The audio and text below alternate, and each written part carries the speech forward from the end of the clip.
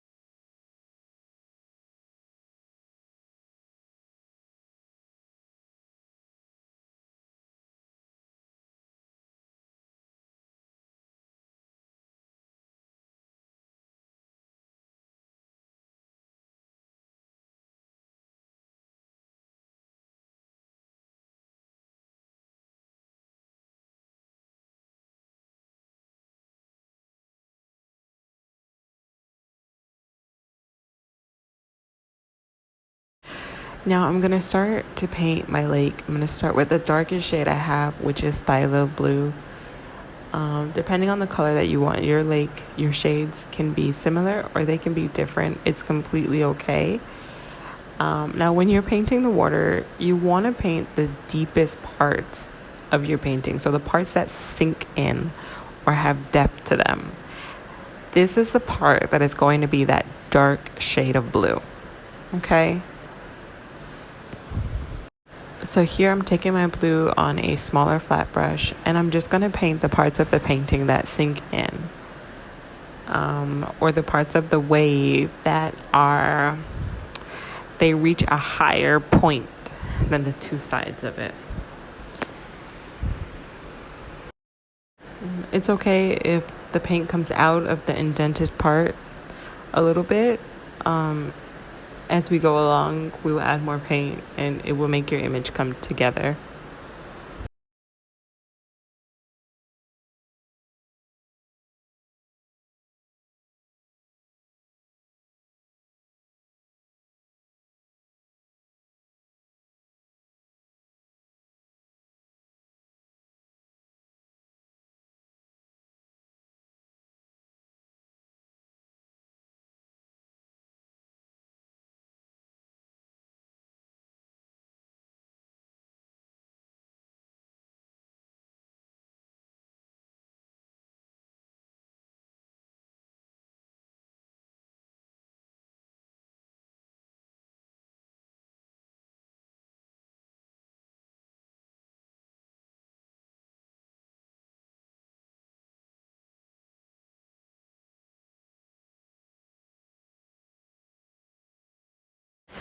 So here's a close-up view of how my lake starts to look after I continue to add the darkest shade of blue that I have.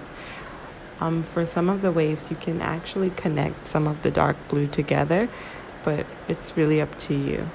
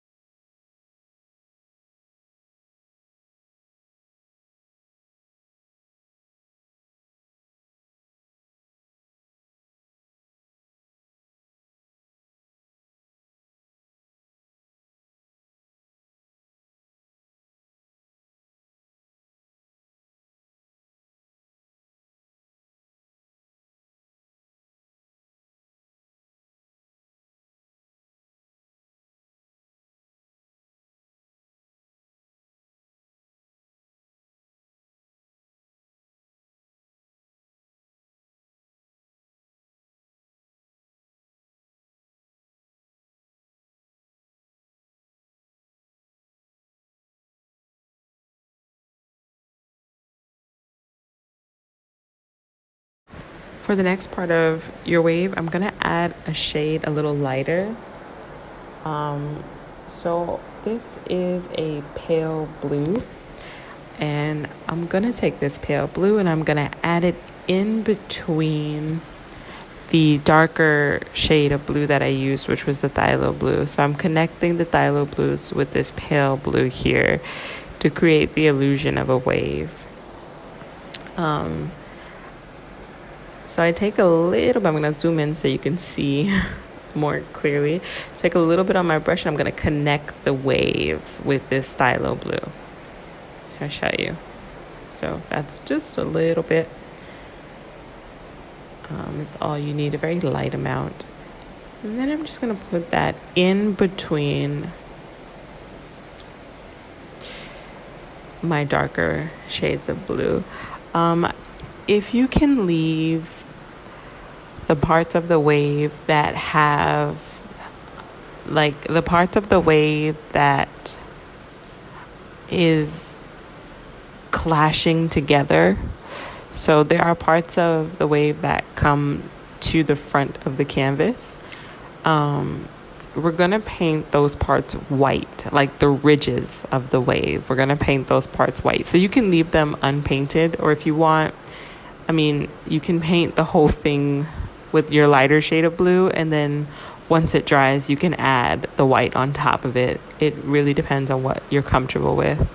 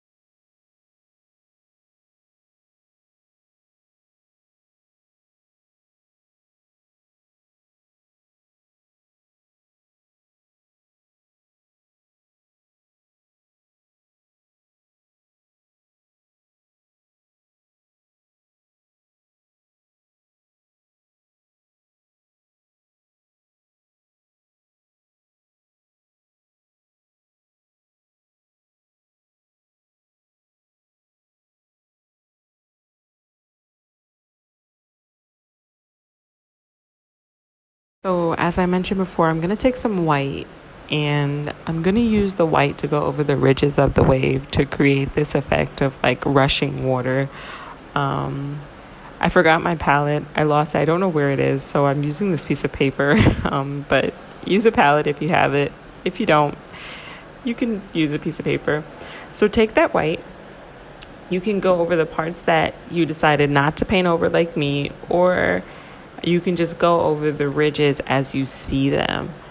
Another method is when your painting is completely dry, you can lightly take your brush and put a small dab of white on it, a very light dab of white, and kind of like brush it over the river.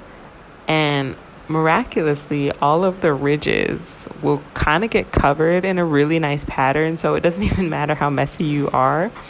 The ridges will get covered in the white, and it looks really good.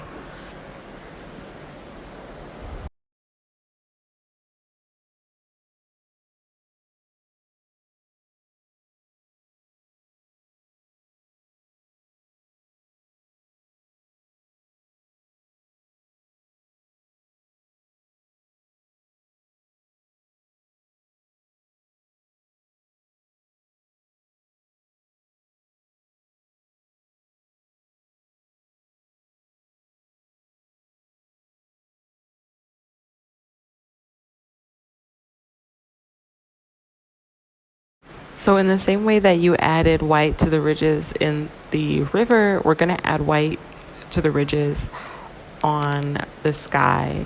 The reason that I add white to the ridges on the sky is to create this effect or this illusion of a gust of wind that is blowing behind the sky. You definitely don't have to do this if you're happy with how your sky is, but if you like to try it, do what makes you happy.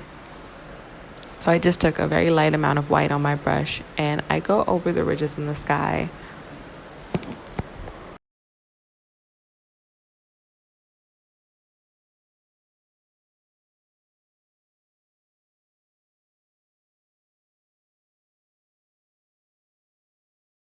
I wanted to take a little dusty blue and make some ridges in the middle of the sky. This is optional. You can take some dusty blue, or you can take some lavender. It's really up to you. I really like the dusty blue here.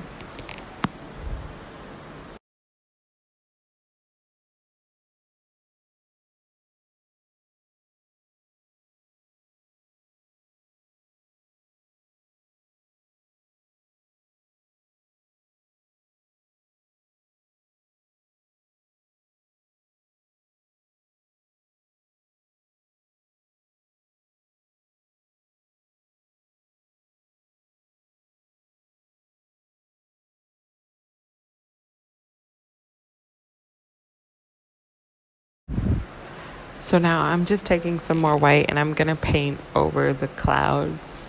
The bottom layer of the clouds will be white. Later on in the video, I do add some highlights and color to the clouds, and that's completely optional.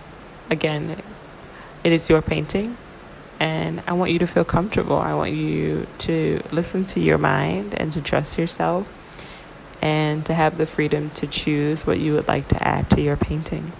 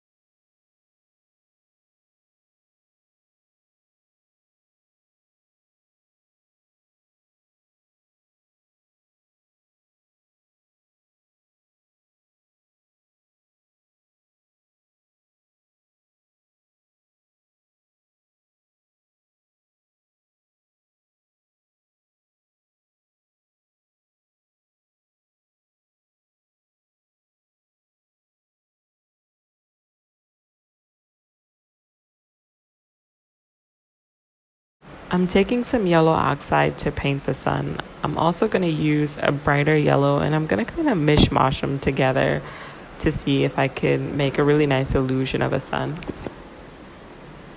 So I'll zoom in for you.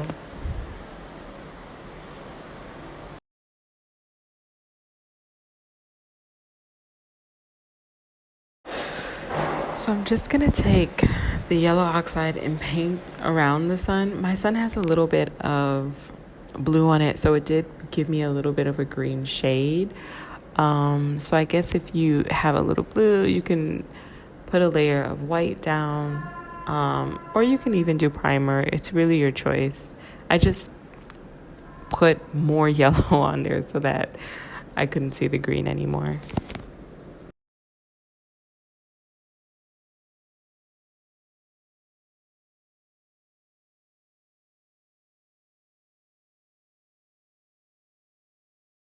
I'm gonna take that lighter yellow, and I wanted to kind of go over the ridges of the sun, but my yellow was a little bit more liquidy and runny, so I kind of did the best I could and mixed it in with the yellow oxide.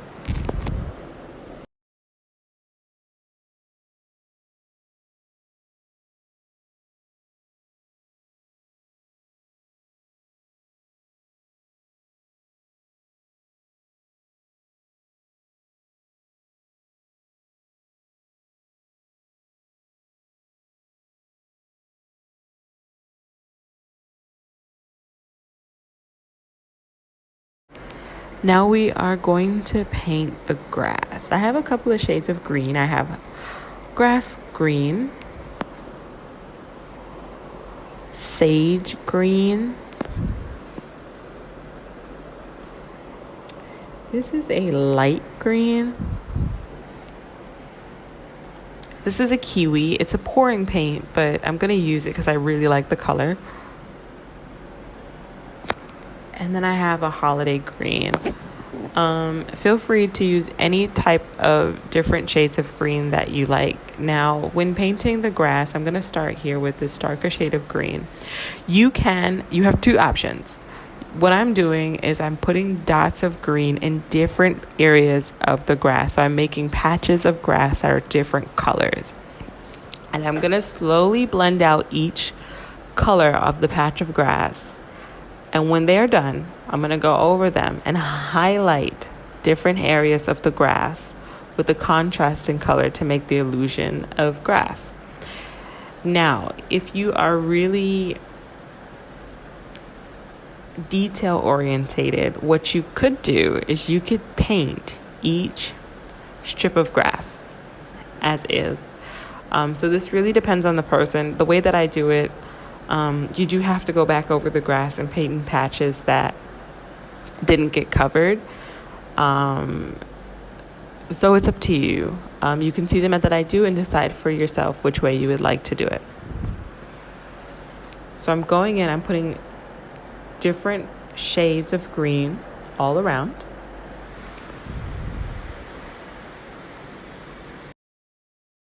And now I'm going to take a brush and I'm going to blend out each shade.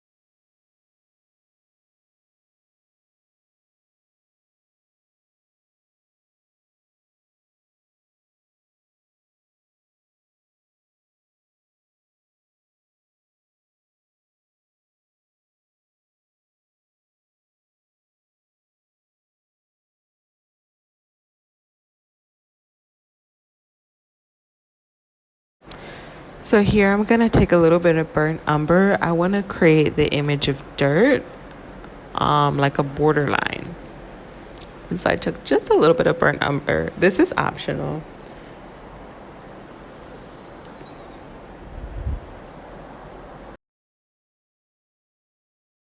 I'm going to take that burnt umber and I'm going to make a line around the border of where my river meets the grass.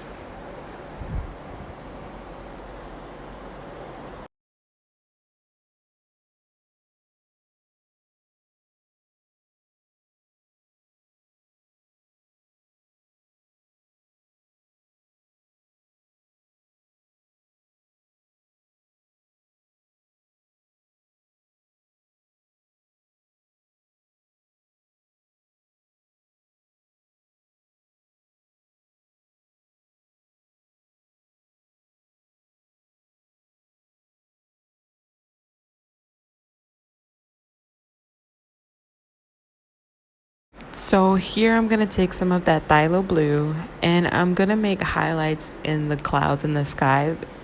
You don't have to do this, but if you would like to do it, I think it's a really good way to add detail to your painting. And what I'm doing is I'm going over the ridges in the clouds and the sky, and I'm going to make little lines over those ridges. I do it in 3 colors, which is the phthalo blue, I think I do it in lavender, and then the dusty blue. And I'm doing it for all clouds.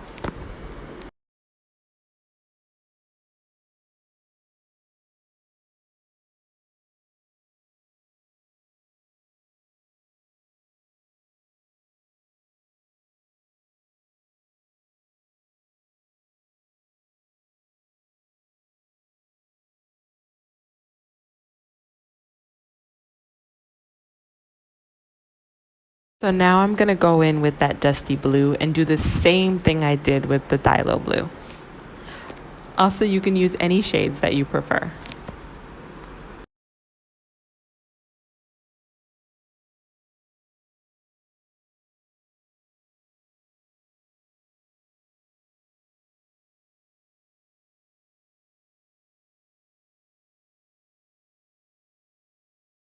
Now I'm going to use lavender and add it over the clouds in the sky.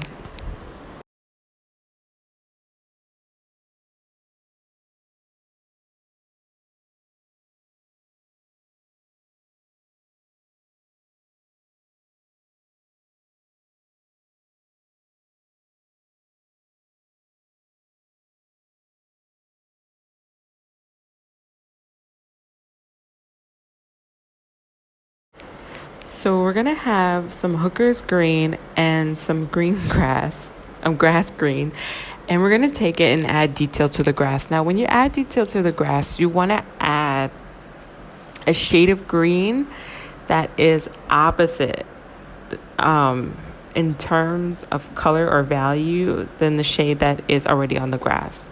So I'm gonna add a little hooker's green over all of it because the hooker's green is very, very dark.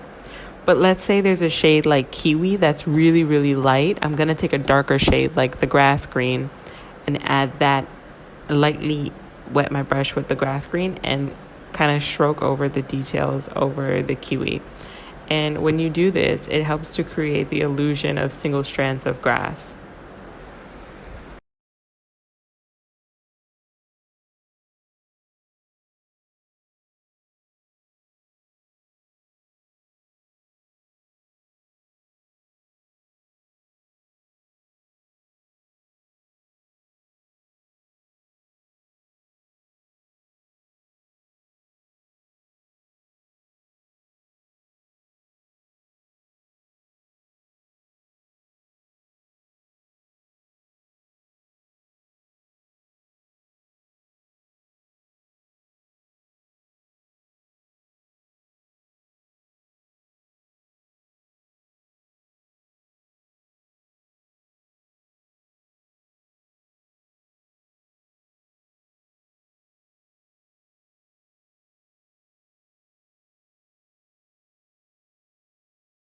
So now I want to paint a little swirl.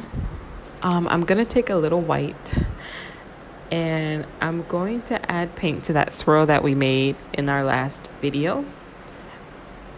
I didn't add any highlights over this swirl. It's completely optional. If you would like to, feel free to do it. And I do have some patches in my grass. I still have to go over my grass, but